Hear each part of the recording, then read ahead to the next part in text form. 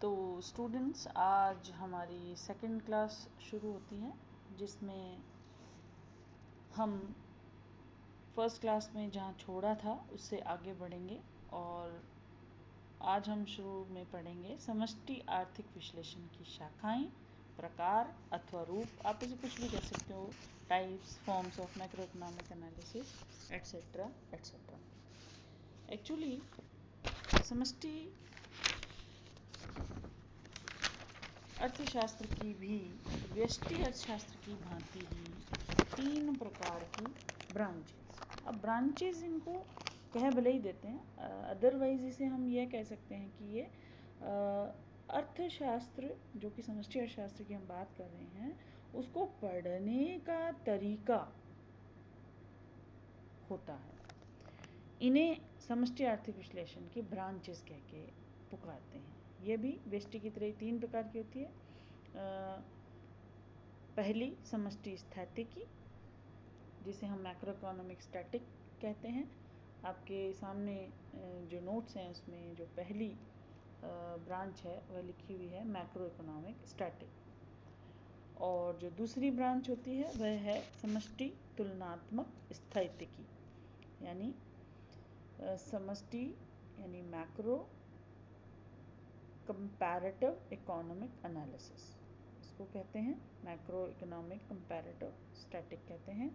और तीसरी है समष्टि प्रावैगिकी, मैक्रो डायनामिक एनालिसिस इसे कहते हैं। इसे ब्रांचेस को समझने के लिए थोड़ा सा आपको मैथमेटिकली या गणितीय या समीकरणीय रूप से थोड़ा समझना पड़ेगा। जैसे जैसे हम आगे बढ़ेंगे, राष्ट्रीय आय पढ़ने लगेंगे, वैसे वैसे तो आपको यह सब चीज़ें आसान लगने लग जाएगी कि हमें समष्टि अर्थशास्त्र में किस तरह समीकरणीय रूप से अपनी बात को स्पष्ट करना आना चाहिए। लेकिन अभी हाल फिलहाल के लिए जो आपको इस नोट्स में दिखाई दे रहा है, आप इन्हें एज इट इज़ उतार लें। मैं थोड़ा यहाँ समझाऊंगी और थोड़ा नेक्स्ट जब हम राष्ट्रीय आय वाला चैप्टर शुरू करेंगे उसमें मैं कोशिश करूँगी कि बोर्ड की मदद से वह वीडियो बनाएं, ताकि आपको बोर्ड पे लिख कर और साथ साथ सॉल्व करता हुआ दिखा सकूँ। तो सबसे पहले हम मैक्रो इकोनॉमिक्स की फर्स्ट ब्रांच के बारे में चर्चा करेंगे। जैसा कि नाम से स्पष्ट है, समष्टि स्थैतिकी यानी स्टैटिक जो स्थित है, जो स्थिति है जिसमें कोई चेंज नहीं है। एक समय बिंदु पर यदि संतुलन की कोई अवस्था है जिसमें परिवर्तन की कोई गुंजाइश नहीं है, जिसमें परिवर्तन के बाद या परिवर्तन के पहले के किसी बिंदु की कोई चर्चा नहीं है, केवल मात्र उस संतुलन बिंदु की व्याख्या करना मैक्रो इकोनॉमिक स्टैटिक एनालिसिस की विषय वस्तु है। या मैक्रो इकोनॉमिक स्टैटिक अध्ययन का वह तरीका है जहाँ किसी एक समय बिंदु पर संतुलन की किसी व्याख्या की चर्चा की जाती है। जैसे हम कहते हैं कि 1911 या 2011 में देश की राष्ट्रीय आय देश की कुल मांग और कुल पूर्ति के बराबर निर्धारित हुई और वह इतनी थी। तो हमारे पास एक संतुलन बिंदु आएगा जिसमें हम एक कुल मांग वक्र या आंकड़ों में हम बताएंगे कि कुल मांग इतनी थी और कुल पूर्ति इतनी थी, और संतुलन में वो दोनों बराबर होने चाहिए। मान लीजिए 15,000 करोड़ के बराबर किसी देश की अर्थव्यवस्था में किसी एक समय बिंदु पर कुल मांग थी और 15,000 करोड़ के बराबर ही कुल पूर्ति थी। तो उस समय बिंदु पर जब वो दोनों बराबर हो जाती हैं, उस संतुलन की व्याख्या करना मैक्रो इकोनॉमिक स्टैटिक का काम है। इसे समझाने के लिए इक्वेशन और डायग्राम की मदद ली जाती है, जैसा कि आप अपने सामने देख रहे हैं। तो संतुलन की एक व्याख्या हमने ली है, जिसे समीकरण रूप में हमने लिखा है y = c+i। समष्टि अर्थशास्त्र में लगभग समस्त विश्लेषण हम समीकरणों की मदद से करने का प्रयास करते हैं, जिससे कि आपका ज्ञान और विश्लेषण का तरीका इम्प्रूव होता है। तो जैसा कि ये समीकरण है y equal to C plus I, बराबर के एक तरफ कुल पूर्ति है, बराबर के दूसरी तरफ कुल मांग है। बराबर चिन्ह का अर्थ है इस बिंदु पर ये दोनों बराबर हो गई हैं, ठीक है। लेकिन यहाँ कंडीशंस अप्लाई होती हैं। कंडीशंस यानी कुछ मान्यताएं इसमें ली गई हैं, यदि वो फॉलो करेंगे तो ही यह स्थिति प्रूव होगी। तो यहाँ कंडीशन अप्लाई ये है, शर्त ये ली गई है कि माना अर्थव्यवस्था में दो ही क्षेत्र विद्यमान हैं। अब अर्थव्यवस्था के क्षेत्र किसे कहते हैं, तो जब हम राष्ट्रीय आय का अध्ययन विस्तार से करेंगे तब हम जानेंगे कि किसी भी देश की अर्थव्यवस्था में राष्ट्रीय आय को मापने के लिए अर्थव्यवस्था को मुख्यतः 4 क्षेत्रों में विभाजित किया जाता है। पहला हाउस होल्ड सेक्टर, जिसको हम परिवार क्षेत्र कहते हैं। दूसरा बिजनेस सेक्टर, जिसे हम व्यापार क्षेत्र या व्यवसाय क्षेत्र कहते हैं। तीसरा गवर्नमेंट सेक्टर, जिसे हम सरकारी क्षेत्र कहते हैं। और चौथा फॉरेन सेक्टर, जिसे हम बाह्य क्षेत्र कह सकते हैं। तो चारों की गतिविधियों या चारों की आय और व्यय को निकालने के बाद ही राष्ट्रीय आय का मापन होता है। तो सरलता की दृष्टि से हम कंडीशन ले सकते हैं कि माना अर्थव्यवस्था में दो क्षेत्र विद्यमान हैं। पहला हाउस होल्ड सेक्टर, जहाँ से उपभोग मांग आती है, और दूसरा व्यवसाय क्षेत्र, जहाँ से निवेश मांग आती है। तो Y का मतलब है कुल आय, C का मतलब है उपभोग व्यय जो कि हाउस होल्ड सेक्टर से आता है, I का मतलब है निवेश व्यय जो कि व्यवसाय क्षेत्र से आता है। तो कुल मांग बराबर होगी C प्लस आई के, और कुल पूर्ति को हम Y से डिनोट कर रहे हैं। सुप्रसिद्ध अर्थशास्त्री जॉन मेनार्ड केन्स के अर्थशास्त्र का विश्लेषण करने वाले उनके 2 शिष्य प्रोफेसर हिग्स और प्रोफेसर हैंसन ने इस इक्वेशन में पाए जाने वाले संतुलन बिंदु को निम्न रेखाचित्र की मदद से व्याख्यायित किया है। तो जैसे कि रेखाचित्र आप देख ही रहे हैं, रेखाचित्र डायग्राम जिसे हम कहते हैं, एक एक्स एक्सिस एक वाई एक्सिस, आपको विस्तार से बताने की ज़रूरत नहीं है क्योंकि आप व्यष्टि अर्थशास्त्र में बहुत सारे डायग्राम्स से परिचित हो चुके हैं। इसलिए मैं इसी रेखाचित्र पर अपना ध्यान केंद्रित करूंगी। एक्स अक्ष पर हमने राष्ट्रीय आय ली है, वाई अक्ष पर हमने सी और आई यानी उपभोग व्यय और निवेश व्यय की राशियां ली है। जो रेखा मूल बिंदु से 0 से होकर ऊपर की तरफ पॉजिटिवली ढाल वाली है, y equal to C plus S, वह कुल पूर्ति रेखा है जो कि 45 डिग्री कोण लिए हुए एक रेखा होती है, जिसका मतलब होता है कि x और y अक्ष पे जो भी चर हमने लिया है, जो भी वेरिएबल हमने अंकित किया है, वह इस बिंदु के, इस रेखा के हर बिंदु पर बराबर होता है। अब हम देख रहे हैं कि एक रेखा C equal to A plus B Y बनी हुई है, बाएं से दाएं की तरफ धनात्मक ढाल लिए हुए, लेकिन यह ढाल उतना तीखा नहीं है जितना y equal to C plus S कुल पूर्ति रेखा का है। तो C equal to A plus B Y ये आपका उपभोग फलन होता है। C यानी उपभोग फलन, और A और B और Y इसके मुख्य वेरिएबल हैं। A होता है ऑटोनोमस कंजप्शन यानी कि स्वायत्त उपभोग, यानी कि उपभोग का वह पार्ट जो कि आय से स्वतंत्र है। A के साथ Y नहीं दिया हुआ, B के साथ Y दिया हुआ, यानी B जो है वो उपभोग का वह पार्ट है जो Y पर आश्रित है या Y से संबंधित है, जबकि A पार्ट स्वतंत्र है, इसलिए इसको स्वायत्त उपभोग कहते हैं। तो A जो है वो स्वायत्त उपभोग है जो कि Y से स्वतंत्र है। आपकी Y 0 भी होगी तब भी कुछ न कुछ धनात्मक रूप से आप उपभोग कर रहे होंगे। रेखा चित्र में यह पोर्शन A द्वारा 0 के ऊपर जो A बना हुआ है वह पूरा का पूरा स्थान उपभोग फलन का A पार्ट होता है, तभी उपभोग फलन मूल बिंदु से शुरू ना होकर Y अक्ष के धनात्मक एरिया से शुरू होता है। उसमें जब हम B जो कि कांस्टेंट है, कोई रेशो है Y का जो कि Y पर निर्भर करता है, जैसे ही कोई व्यक्ति की आय सृजित होने लगती है और बढ़ने लगती है, वैसे वैसे उसका उपभोग पैटर्न या उपभोग खर्चा भी बढ़ता है, आय घटने पे घटता है। तो यह पोर्शन जो है वो Y से स्वतंत्र नहीं है, इसलिए कुल उपभोग फलन मिलकर C = A + BY बनता है। उसके बाद ऊपर वाली रेखा है I + C, जो कि कुल मांग वक्र है, यानी C+I जिसको हम कह रहे थे ऊपर, Y = C+I, यह रेखा C+I है। यानी C का जितना पोर्शन जो है उसमें यदि I जो कि निजी निवेश व्यवसाय क्षेत्र से है उस राशि को भी ऐड कर दें तो हमारा वक्र जो है कुल मांग रेखा C+I बन जाता है। इस तरह कुल मांग वक्र कुल पूर्ति वक्र को E बिंदु पर काट रहा है, जहाँ से यदि हम लंब डालें तो जो x अक्ष पर आकर OY0 जो पोर्शन है निर्धारित होता है वह राष्ट्रीय आय को संकेत देता है। तो ई बिंदु वह संतुलन बिंदु है जहां पर यह अर्थव्यवस्था संतुलन में आ गई है।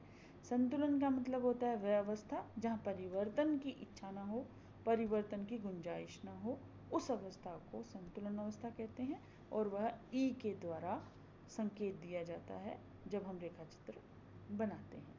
तो इस ई रेखा पर, इस ई बिंदु पर जब कुल मांग और कुल पूर्ति यानी C+S और C+I बराबर हो गए हैं, वहां पर आय निर्धारित किस प्रकार होगी, किस फॉर्मूले से निकलेगी, उसके लिए नीचे समीकरणीय रूप से व्याख्या दी गई है। आप देखेंगे Y = C+I, यहाँ दिया हुआ है if C = A + BY, जो कि हम पढ़ चुके हैं ऊपर में उपभोग फलन। तो अब हम C की जगह उपभोग फलन रख देंगे, यानी Y = C के स्थान पे हमने A + BY रख दिया और I एज इट इज रख दिया। अब हम इसको सॉल्व कर लेंगे जैसे कि आप मैथ में समीकरण सॉल्व करते थे। एक जैसी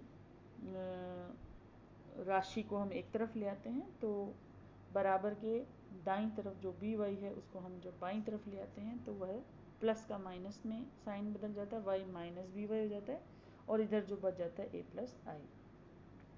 इन दोनों में से हम y कॉमन ले लेते हैं तो 1 - b ब्रैकेट में बच जाता है और इधर A + I as it is.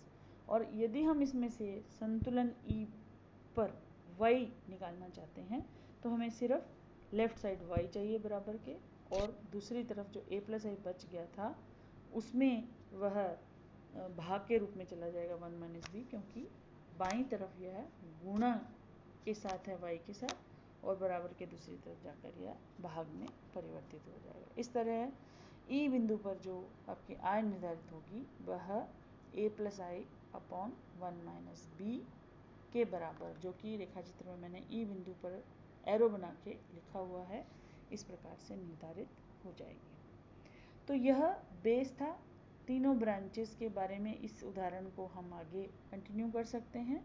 दूसरी जो ब्रांच है वह है समष्टि आर्थिक तुलनात्मक स्थैतिकी। जैसा कि इसमें नाम में ही तुलनात्मक शब्द आ गया है, इसका अभिप्राय यह है कि जब किसी अर्थव्यवस्था के दो समयावधियों यानी दो समय अलग अलग बिंदुओं में स्थापित होने वाले संतुलन की तुलना की जाती है, तब समष्टि अर्थशास्त्र इस तरीके का सहारा लेता है।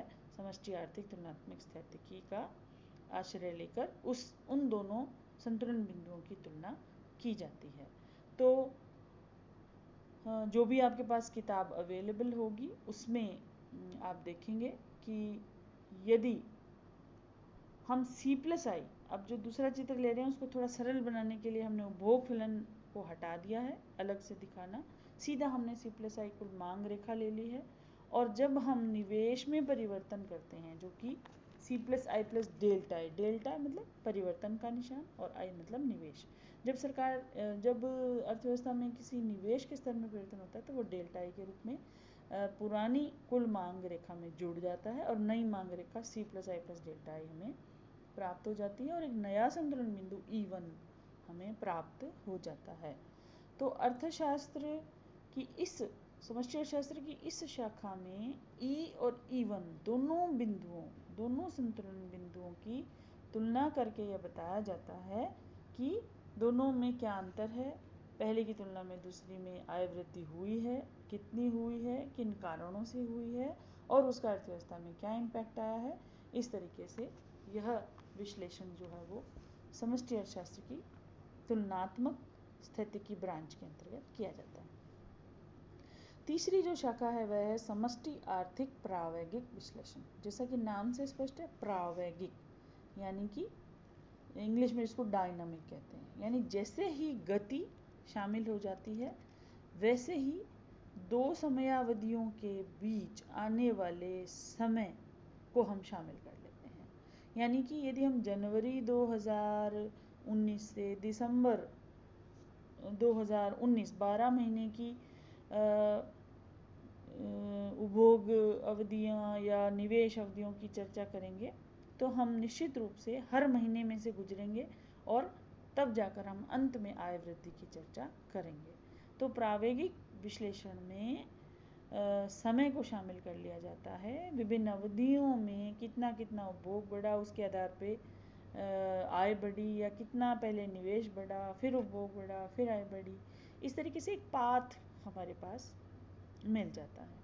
तो जो दूसरी ब्रांच वाला जो रेखा चित्र था उसी रेखा चित्र को ये हम वापस ले रहे हैं यहाँ पर, लेकिन हम उसमें एक पाथ, एक रास्ता दिखा रहे हैं कि हम E से E1 बिंदु तक कैसे पहुँचे, कितने समय में पहुँचे और इन अवधियों में क्या क्या उपभोग का स्तर रहा और क्या क्या निवेश का स्तर रहा, और किस तरीके से राष्ट्रीय आय जो है वो Y0 से YT या Y1 कह सकते हैं तक पहुँच गए। तो ये जो पाथ है ELMNOPQR ऐसे करते करते हम E बिंदु से E1 बिंदु तक पहुंच जाते हैं। तो जहां गति को कंसीडर करते हुए एक संतुलन बिंदु से दूसरे संतुलन बिंदु पर पहुंचने के पूरे मार्ग या पाथ का अध्ययन किया जाता है, वह समष्टि अर्थशास्त्र की प्रावैगिक शाखा कहलाती है। तो आज इस क्लास का अंतिम पड़ाव पर हम जा रहे हैं। एक टॉपिक और समझाना चाह रही हूँ मैं आपको, जो कि परीक्षा की दृष्टि से बहुत महत्वपूर्ण है, अक्सर परीक्षा में आता है, जिन्हें हम मैक्रो इकोनॉमिक पैराडॉक्सेस कहते हैं, हिंदी में समष्टि आर्थिक विरोधाभास कहकर इनको बुलाया जाता है। कि हमने देखा कि मान लीजिए राष्ट्रीय आय का अध्ययन करते हैं तो व्यक्तिगत आयों का जोड़ राष्ट्रीय आय होती है, ये ठीक है, लेकिन जो चीज़ या जो व्यवहार एक व्यक्तिगत आय को प्राप्त करने के लिए उचित कहा जा सकता है, वही व्यवहार एक राष्ट्र की आय के लिए अनुचित साबित हो सकता है। यानी कि हम दूसरे शब्दों में कह सकते हैं कि यदि किसी व्यक्ति के लिए कोई गतिविधि, आर्थिक गतिविधि लाभप्रद है तो वह राष्ट्र की आर्थिक गतिविधि के लिए अलाभप्रद भी साबित हो सकती है। इन्हें ही समष्टि आर्थिक विरोधाभास कहते हैं। विभिन्न उदाहरणों से हम इन्हें समझा सकते हैं। जैसे बचत करना एक व्यक्ति का गुण है, अधिक बचत करना। एक व्यक्ति चाहता है कि मेरे आने वाले भविष्य में कभी मुझे किसी के आगे हाथ न फैलाना पड़े, तो वो बचत करता है और अधिक बचत करता है ताकि भविष्य उसका सुखमय बन जाए। लेकिन यदि पूरे राष्ट्र के लोग अधिक से अधिक बचत करने लग जाएंगे तो अधिक मुद्रा सर्कुलेशन में से हट जाएगी और देश जो है वो मंदी के गर्त में चला जाएगा, क्योंकि बचत बढ़ने से व्यय का प्रवाह भी घट जाता है। इसी तरीके से दूसरा उदाहरण ले सकते हैं कि एक व्यक्ति बैंक में जाता है या 10 व्यक्ति बैंक में जाते हैं पैसा निकालने, तो ये उनके काम आता है या उनकी ज़रूरत को पूरा करता है, it is better for them. लेकिन यदि एक ही दिन में एक ही बैंक के सारे ग्राहक अपने पैसे निकालने पहुंच जाएंगे तो ये उनका अधिकार तो है, लेकिन बैंक दिवालिया घोषित होने की स्थिति में आ जाएगी। तो मैक्रो लेवल पे वही गतिविधि जो है वह अलाभप्रद साबित हो गई है।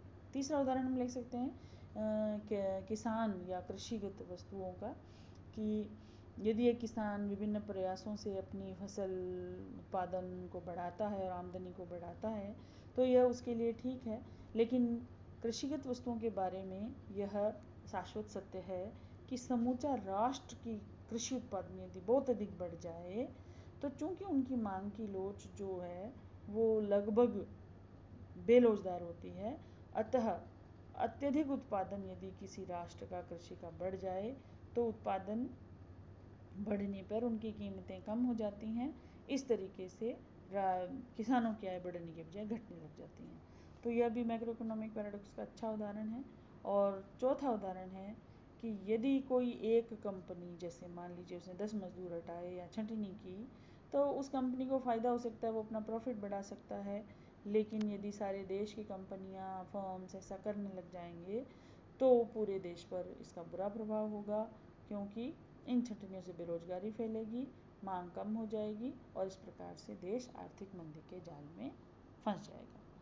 तो इस प्रकार से हम मैक्रो इकोनॉमिक पैराडॉक्सिस को समझ सकते हैं। और परीक्षा में यदि आए तो जितनी शब्द सीमा का प्रश्न आपका आता है उसके हिसाब से आप एग्जाम्पल्स को चुनकर अपने उत्तर में समाहित कर सकते हैं। आज के लिए इतना ही। Thank you.